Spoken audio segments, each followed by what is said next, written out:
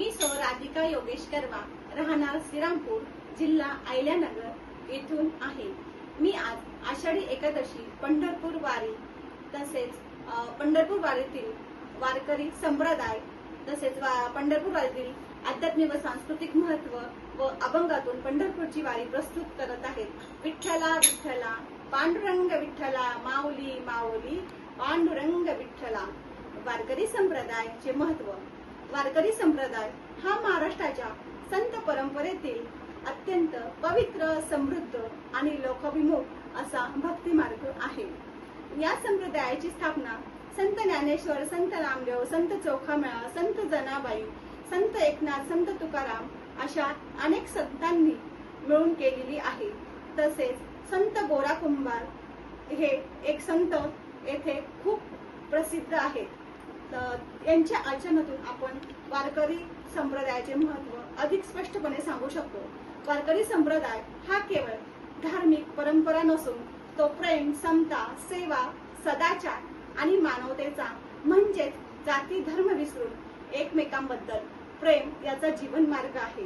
पंढरपूरची वारी ही भक्ती, संस्कृती आणि सामाजिक ऐक्याचा अद्वितीय सोहळा आहे। तसेच ज्ञानराज माऊली, तुकाराम माऊली म्हणजेच ज्ञानोबा तुकोबाच्या नामघोषातून संपूर्ण महाराष्ट्राला एकत्र बांधणारी परंपरा येथे आपल्याला दिसून येते।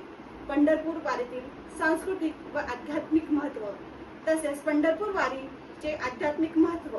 पंढरपूरची वारी ही महाराष्ट्राची हजारो वर्षाची भक्ती परंपरागत आहे। दरवर्षी आषाढी आणि कार्तिकी एकादशीला लाखो वारकरी संत ज्ञानेश्वर महाराजांची पालखी आळंदीहून आणि संत तुकाराम महाराजांची पालखी देहूकडून पंढरपूरकडे घेऊन जातात। या पंढरपूर वारीचे आध्यात्मिक महत्त्व विठ्ठलाच्या चरणी पूर्ण श्रद्धेने समर्पण करण्याची संधी येथे प्राप्त होते। नामस्मरणातून मनाची शुद्धी आणि अंतःकरणाची निर्मळता, तसेच अहंकाराचा त्याग करून नम्रतेचा स्वीकार, तसेच भक्ती, सेवा आणि संयमाचा अनुभव, संतांच्या विचारांचे प्रत्यक्ष आचरण, जीवनात सकारात्मकता, समाधान आणि आत्मिक आनंद येथे प्राप्त होतो। या वारीतील सांस्कृतिक महत्त्व। महाराष्ट्राच्या संत परंपरेचे जतन, लोककला, भारुड, कीर्तन, अभंग याचा प्रचार, तसेच सर्व धर्म, जाती, समाजातील एकत्र आणणारा हा उत्सव खूप अतिशय सुंदर असतो। तसेच पंढरपूर वारीत सांस्कृतिक महत्त्व म्हणजे भारतीय संस्कृतीला जपणारी व सर्व दुःखे विसरून, क्लेश विसरून समता, एकता, बंधुभावाचे प्रतीक येथे बघायला मिळते। तसेच शिस्त, स्वच्छता, सेवा आणि सामूहिक जीवनाचे उत्तम उदाहरण येथे आपल्याला प्राप्त होते। म्हणजे आपण पुढील पिढीपर्यंत या पंढरपूर वारीचे व संतांचे विचार आपण अत्यंत सोप्या पद्धतीने पोहोचवू शकतो।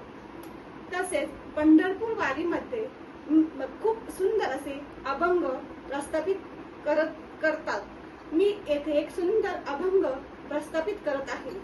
सुंदर ते ध्यान उभे विटेवरी, सुंदर ते ध्यान उभे विटेवरी, कर कटावरी ठेवूनिया, कर कटावरी ठेवूनिया, तुळशी हार गळा कासे पितांबर, तुळशी हार गळा कासे पितांबर, आवडे निरंतर हेची ध्यान, आवडे निरंतर हेची ध्यान।